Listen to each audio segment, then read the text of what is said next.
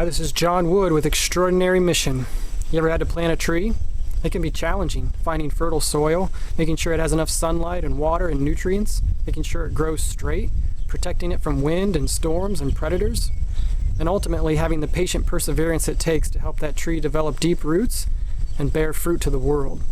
And the same is true about raising children. In this next series, we're going to talk about building deep roots of faith in our homes and in our families. And my guest for this series is an expert in the field. I've seen it firsthand. I can honestly say she's the most inspiring and amazing person I've ever met in my life. So stick around, see who it is next on the Extraordinary Mission podcast. God has a dream specifically for you. And if you don't play your part, it won't get played. And if your part doesn't get played, I assure you, souls can be lost. The world doesn't need another John Paul II or Mother Teresa. The world needs you. And your ordinary life has an extraordinary mission. Now is your time. You're listening to the Extraordinary Mission podcast with Dr. John Wood. Dr. John Wood is an optometrist, author, speaker, and saint in the making. He has published 3 books and speaks across the country, energizing the church to pursue our extraordinary mission. And now, your host, Dr. John Wood. Welcome to the Extraordinary Mission podcast. I'm your host, John Wood, and we're starting a brand new series today. And we have a new guest, my favorite guest of all time. I'm not prone to sarcasm, but I'm going to tell you that this is the most attractive guest I'll ever have on the show, the most talented guest I've ever had, and the guest that inspires me, the most amazing human being I've actually ever met. So we're going to be doing a series with my wife, Kristen. I get to go around the country and talk to a lot of people about the Catholic faith, the Christian life, striving to become the saints that we were created to be. But really, I get all of that inspiration from just kind of watching my wife do it in action. You know, I talk about it, she lives it, and I brag about her a lot, but that's really where I learn all this stuff. So I decided to bring her on the podcast and ask her advice, and we're going to start a series today called Deep Roots, which is we want to build deep roots of faith in our homes, and we're going to give you 25 practical ways to do that that have helped us. We haven't lived this stuff perfectly, and we kind of keep coming up with more ideas as we raise our 4 children. But welcome to the show, my beautiful wife, Kristen. Hi, thanks for having me today. Did I miss anything on your introduction? I think you exaggerated quite a bit, but she's also humble, most humble person I've ever met. So Kristen, not too long ago, we've tried in our yard to plant trees. We're not the best at gardening and planting, but this is kind of the analogy and the visual we want to give to people as we go through this series of building deep roots. So we have a picture here of a little apple tree that we have in our yard for those of you who are watching. And when they're really little, it's hard to keep them alive. You know, you got to protect them from a lot of different things. You got to give them the proper soil. You got to give them the proper nutrients. Help them to grow up straight, give them a little assistance there. And so that's what this series is really all about in your home. We're going to give you these 25 practical ways to do that, starting in this first episode by building the right atmosphere in your home. You know, that tree that grows has to be in fertile soil. It has to have the right environment. It has to have sunlight, all those different things. And so our proposal is that if you make your home a Catholic home, if the atmosphere that your kids are raised in is authentically Christian, authentically Catholic, it kind of has that exposure effect on them. So the today's show is all about exposure, and we're going to get right into it, talking about the first thing that we need to do in our homes, and I think that is to create a prayer space. And so I think we try to give you some visuals here for those of you who are watching on video of how we do these things in our home. So we have a visual of our prayer space. It's just basically a guest bedroom that we have. We've kind of created into a prayer space that each night we kind of gather into. And so do you want to talk a little bit about how the prayer space helps our kids build that routine of prayer as a family and how important it is to pray as a family? Sure. I think that having the prayer space, just a dedicated space in our home, has been one of the things that has been really beneficial to us as a family. It gives us somewhere to focus, so we all kind of kneel around the little prayer table. We have some, religious articles that we can focus on, or we've made it a routine. We've made it a part of our life to say bedtime prayers together.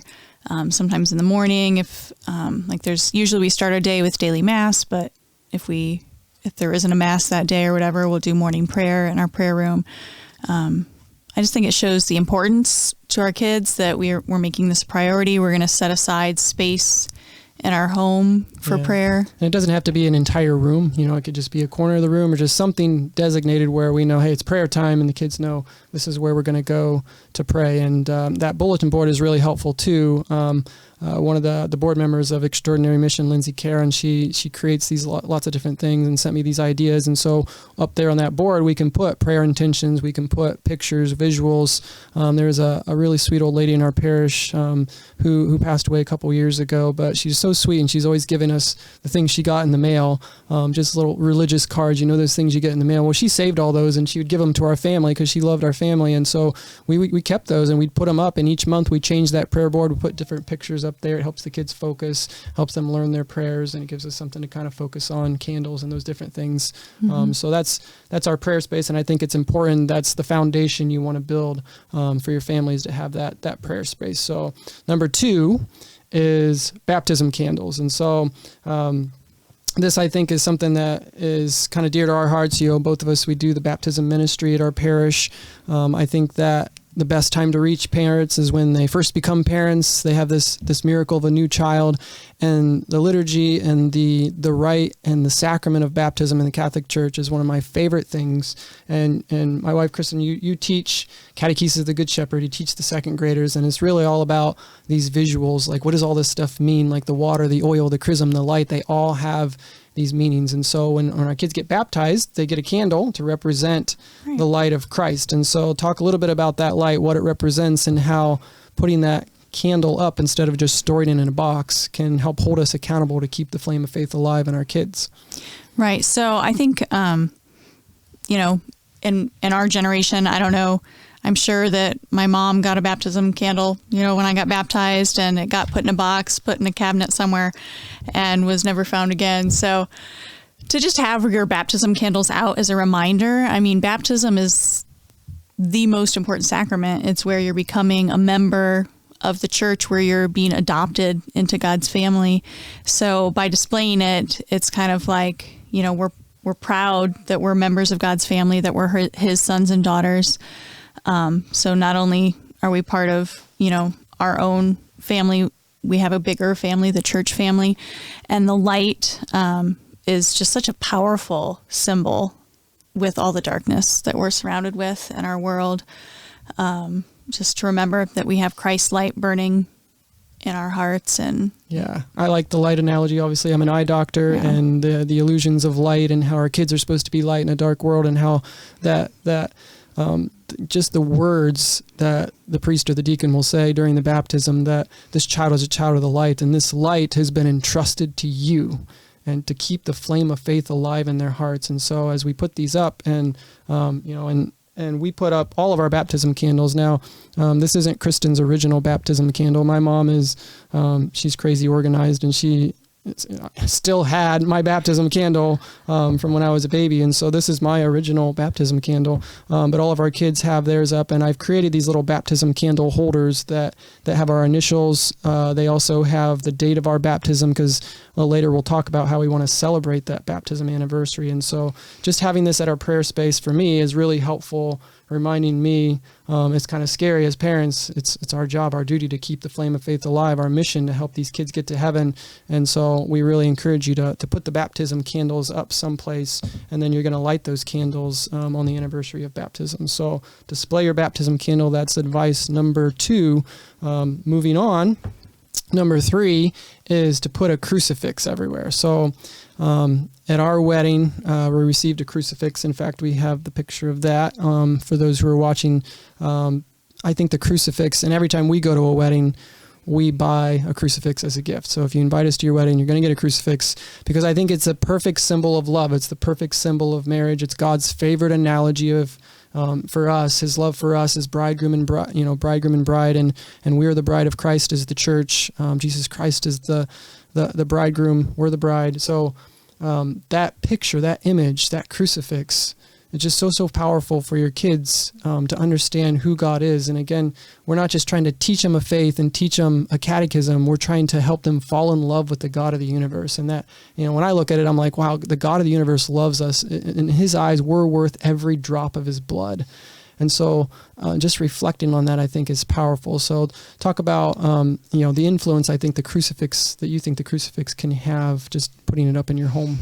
Yeah, I remember when our kids were really young, one of the first things we would try to get them to focus on at Mass was just the crucifix that's up behind the altar, and like, where's Jesus? Where's Jesus? Getting them to look forward, trying to pay attention. And so having the crucifix at home, it introduces them to Jesus, to who he is and what he's done for us, how much he loved us, how he gave up his life for us.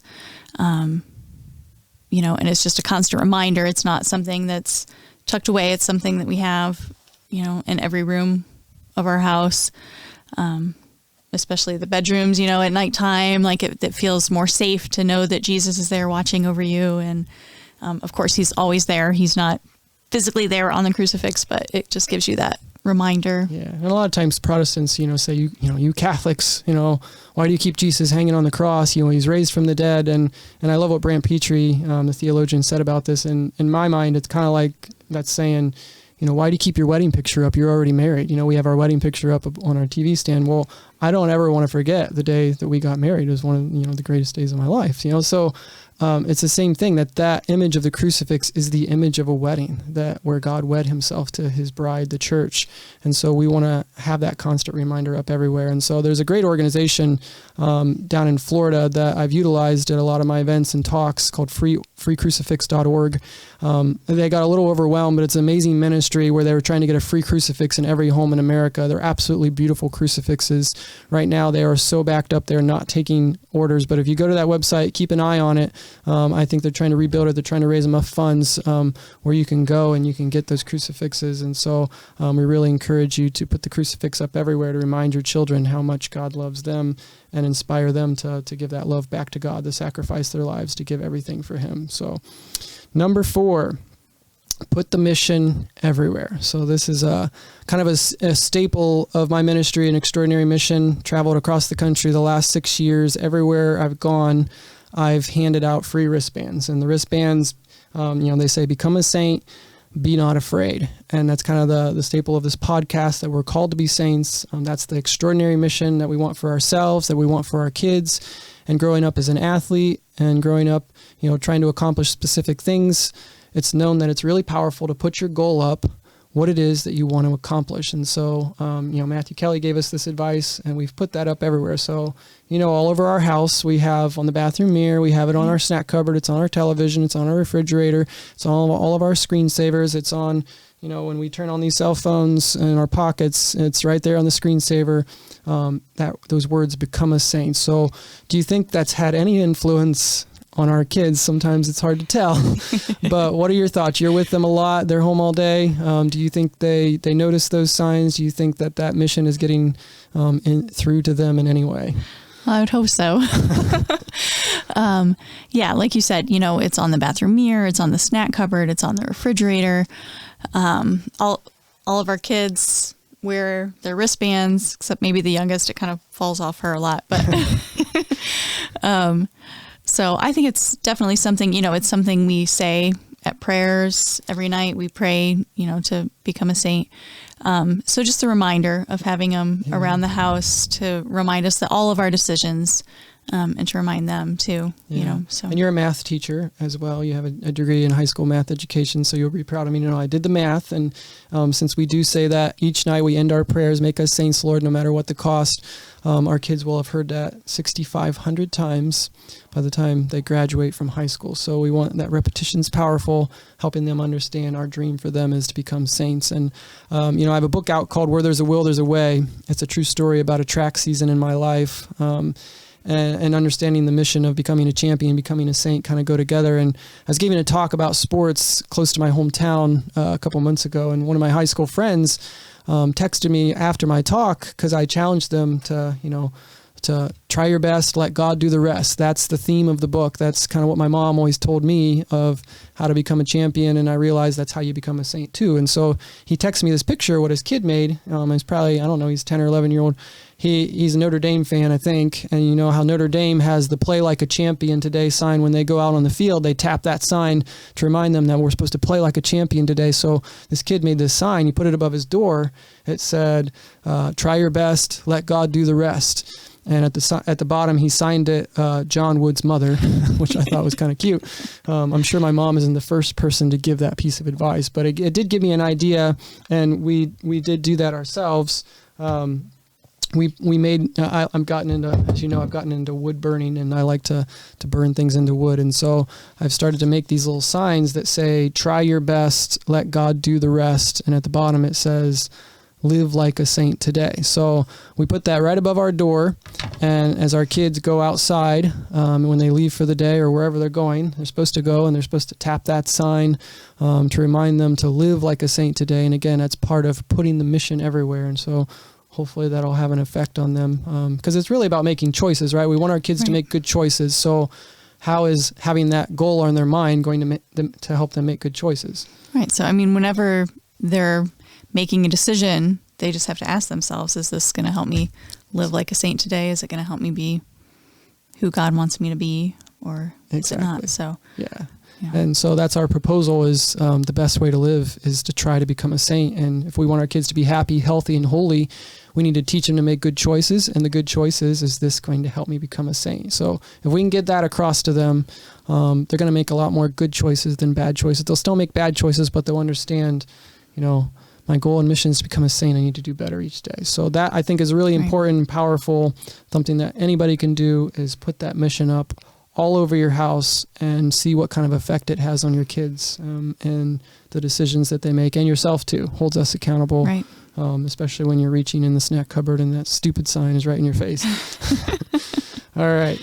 So number 5 is sacred scents, I call this. So scents as in SCENTS, like to smell. So my eye doctor brain reminds me of school and going through optometry school and knowing that the olfactory nerve, which is the nerve that is in charge of smell, is really close to that part of the brain tied to memory. So when you smell something, you have that nostalgia, you kind of remember something. It's just kind of like that nostalgia. So sense, the Catholic Church uses our senses a lot. And we know this because we, teach sacramental prep, and you do catechesis of the Good Shepherd, and you talk to the kids about the smell of the chrism, which is my favorite smell in the world. We go into church and we smell the incense, and it's supposed to represent our prayers going up to heaven. And so in our prayer time, we've tried to incorporate this a little bit. It's more, I like it maybe more than you because I like the smell of incense. And so talk a little bit about how making prayer life and our religion, our faith, incorporating the senses, especially the sense of smell, how that can help our kids to get that nostalgia, to get that sense of home when they smell those Catholic senses. The family is the domestic church, right? So to bring some of those things home, into our prayer time that we see at church, like the candles and the incense, I think that just helps to show the importance of prayer in our family, how our family is a domestic church. And yeah, like you said, the incense sometimes in a little room, it gets a little overpowering and I can't breathe with all the smoke, but you seem to like it. Like so fire. you gotta watch the fire alarms and make sure you do outside. This is our little incense thing you can get in different places. It's very beautiful for one, but also you can, we don't do it obviously every day or anything, but on a special occasion or you're doing a rosary or something, you can get that incense out, and there's different senses some are better, smelling than others or not as strong. So right. It just makes a memorable experience for the kids. I think it's something, I still remember whenever there would be like a thunderstorm and the lights would go out when I was a kid, my mom would get out the candles and then we'd get out the rosaries. So you just pray rosary in the dark candlelit room. Just that soothing. So it's just, helps raise your mind to God. And then, we also have these chrism candles next to our baptism candles. I found some monks that make these, and we're trying to figure out a way to make them ourselves because I am addicted to the smell of chrism. It smells like heaven. And so Again, make the faith sensual, help your kids experience the faith, because God knows we're bodily creatures and we experience his love through our bodies, through our eyes, through our and nose, that's through our ears. why he gave us the sacraments and sacramentals. We use those to lift our minds to God. So absolutely, which leads us into number 6 of practical things you can do to build great atmosphere into your home, which is Catholic art and music. And again, I think we really need to touch into the senses, and music and art, they're kind of like the language of the soul. So like they help us experience God in a way that mere words can't. And a lot of times I'll have parents, that are brokenhearted because their kids have left the faith, and they'll say, I took them to mass, I did this, I did that, I dropped them off here, we did this, but the faith is an encounter with the God of the universe. It's falling in love. It's not memorizing a certain number of things, and so talk a little bit about how art and music, and our kids love art and music. Thankfully they take after you more than me, but they're very artistic, they're very creative. And having art up around and finding good music, how can that help them build a relationship with God?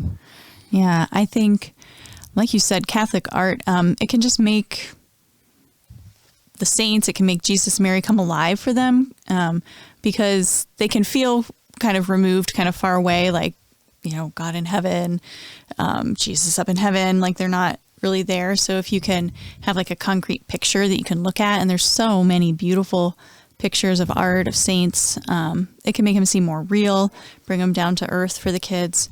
And so to have those up around the house, just to remind you that you have that spiritual family. You have Mary, your mother, you have Jesus, your brother, your friend that's walking beside you, and helping you.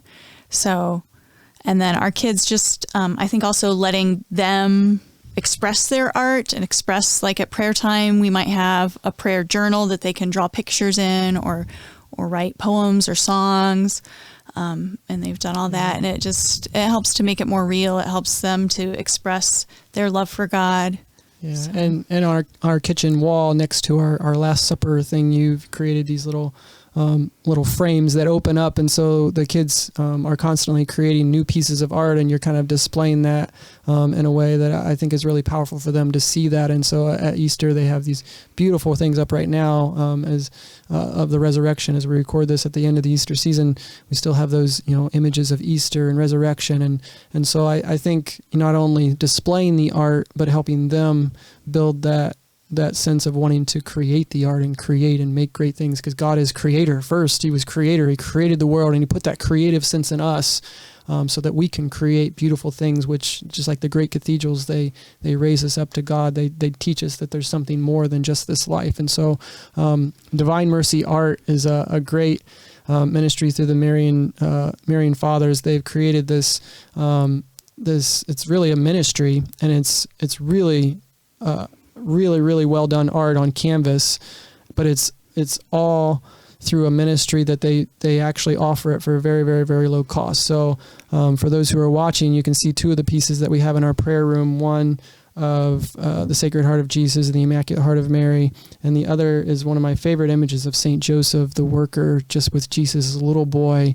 Just beautiful canvas that would cost hundreds of dollars probably somewhere else, where you can get top quality at really, really low cost. So Divine Mercy Art, you'll see a lot of different images that you can put up in your home that I think is powerful. And then music, that's also a really powerful thing. And we love what we know. And a lot of people are like, well, I don't really like Christian music, or I don't like this, but I think, there's this thing called the exposure effect. And, if you listen to Christian music from day one, you listen to things that raise your mind and heart up to God, you start to fall in love, you start to get comfortable with those things. So talk about how music has impacted our family as well. Yeah. So, whenever we're in the car, we don't really turn on the radio and listen to secular music. Our kids have kind of grown up with lots of different Christian music. They love Rachel Ann and Cassandra when they used to sing with you. We've watched some of Nick De La Torre and his wife Alina. Yeah. Awesome. So some good things there. Just Christian artists that we found that have really meaningful songs. And And some of them, sound more like pop music. Some of them are, there's some good stuff out there. So it's not the folksy Christian music of the 1970s anymore. There's some good Christian artists out there. Yeah, and a lot of times it's a way of evangelizing where people don't even realize that they're being evangelized, because again, it is another language that brings you to God, and you don't even know why. Even if it's not specifically saying Jesus in the song, it has a way of impacting people, of raising their hearts, their minds, their thoughts up to the God of the universe. And so we have our favorite musicians. One of the favorite authors we're going to talk about in a later episode is Andrew Peterson, but he's also an extraordinarily talented musician. And so our kids will sit and listen to his songs like over and over again, and it's just beautiful because what we think becomes, and they're falling in love with these songs that are lyrics that really have scripture in them. They have stories in them, challenging them and helping them understand who they were made to be and who the God of the universe is. So can't underscore enough how powerful music and art and making your home filled with those things can help you raise saints in your home. Right. So anything else you want to talk about as far as building a great atmosphere in the home? That I can think of. All right. So that's the episode on atmosphere. In our next episode, we're going to talk about how we can not only create a great atmosphere, but we also want to find ways to spend time together as a family, because again, our faith is about family. And so we're going to talk about family time. In future episodes, we're going to talk about continuous learning, how we can pass on the faith. Catechesis is really, really important. And so how can we implement it in a fun way, in an engaging way? And then finally, we're going to talk about sacramental grace, because as you and I know, this mom and dad thing is impossible. This marriage thing is impossible without God's grace. We don't have what it takes, but by God's grace, we can do this. And so that's what we'll be talking about in these future episodes. So until next time, this is John Wood, and we're signing off for today, but we want to inspire you to become the saints you were created to be, to learn the faith, live the faith, pass it on to the next generation. We truly believe it's the best way to live, also the greatest gift you can give. So try your best and then trust in God's grace to do all the rest. This episode of the Extraordinary Mission Podcast was brought to you by the Deep Roots Club, a group of people investing their time, talent, and treasures into helping today's families build deep roots of faith that can weather any storm. Find out more at www.extraordinarymission.com/get-involved.